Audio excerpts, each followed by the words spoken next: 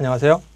자, 오늘은 3장 대기업체의 대졸 신입사원 채용 규모는 여러분이 생각한 것보다 아주 작다는 것을 제가 그냥 기본적인 산수 실력으로 증명해 볼 겁니다. 여러분 듣고 필요하시면은 자료를 가지고 후배들이나 동기들한테 한번 해보 주시고 기본적으로 결론만 상기하고 계시면 됩니다. 오늘 핵심은 이겁니다. 4년제 대학을 졸업한 후 매출 규모 1위부터 500위입니다. 500위. 100위도 아니고요. 500위까지 대기업이 뽑아가는 채용 규모는 거의 입사율은 거의 졸업생 대비 6% 이하입니다.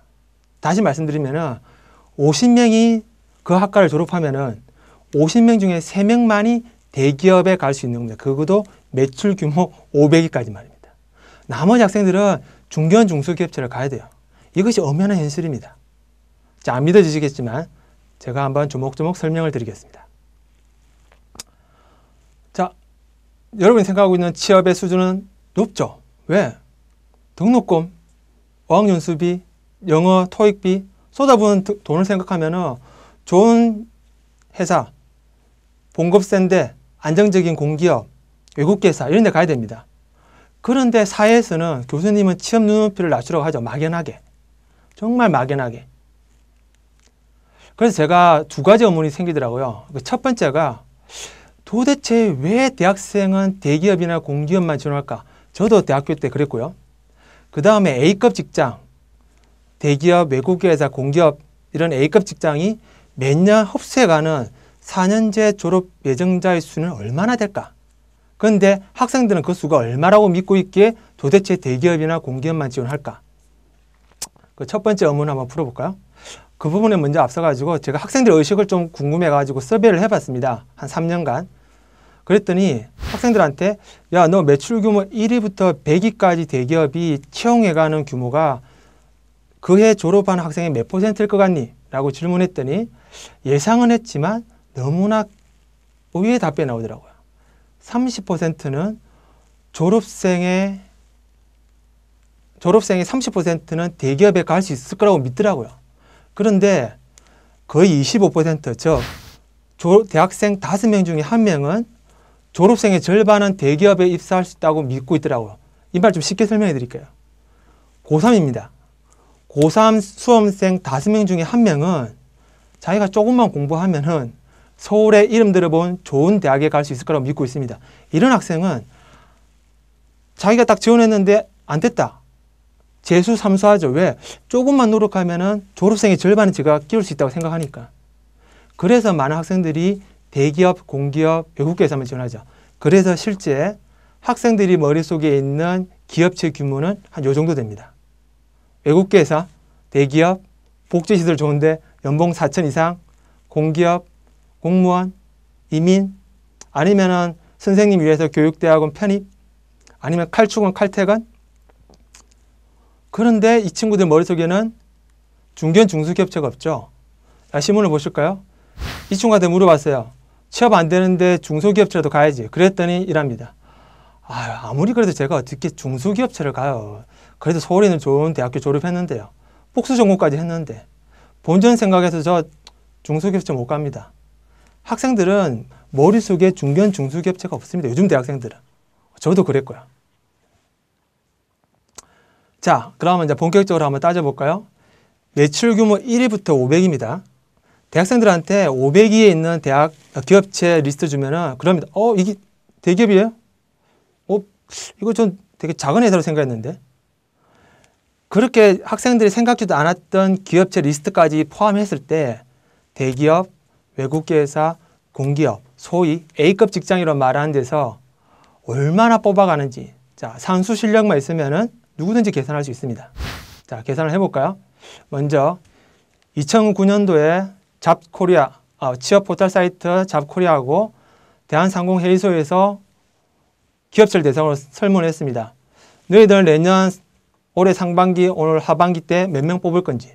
그랬더니 약 400개 기업체 중에서 300개 기업체에서 11,700명을 뽑는다고 이야기를 하더라고요.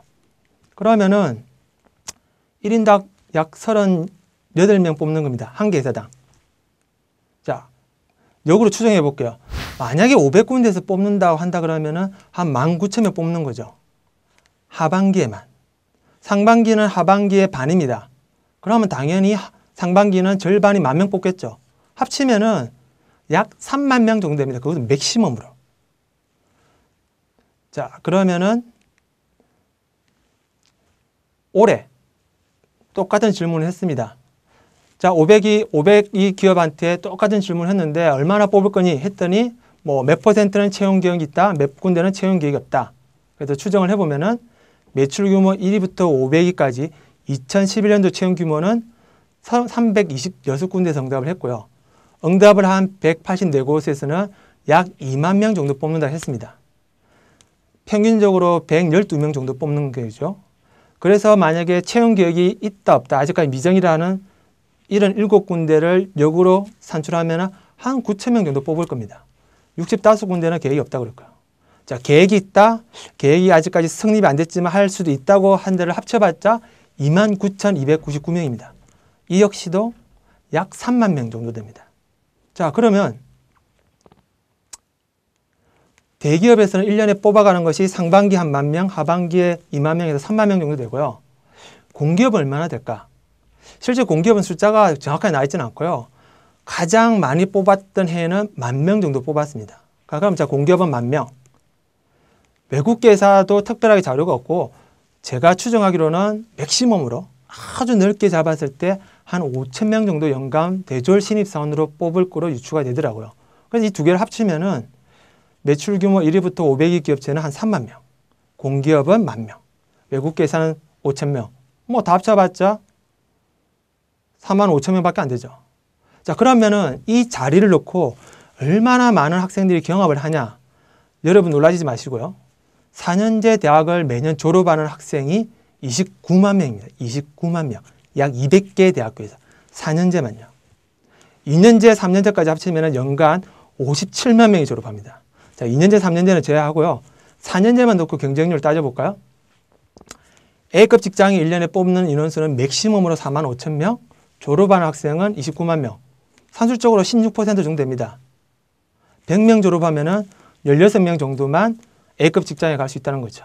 그런데 좀 더 현실적으로 이야기하자면은 올해 2월에 졸업해가지고 취업이 안 돼서 도서관에서 숨어서 공부하는 선배들, 그 다음에 인턴을 하고 있는 사람들까지 감안하면은 다음 연도에 2월 달에 경쟁하는 인원수는 못 잡아도 50만 명입니다.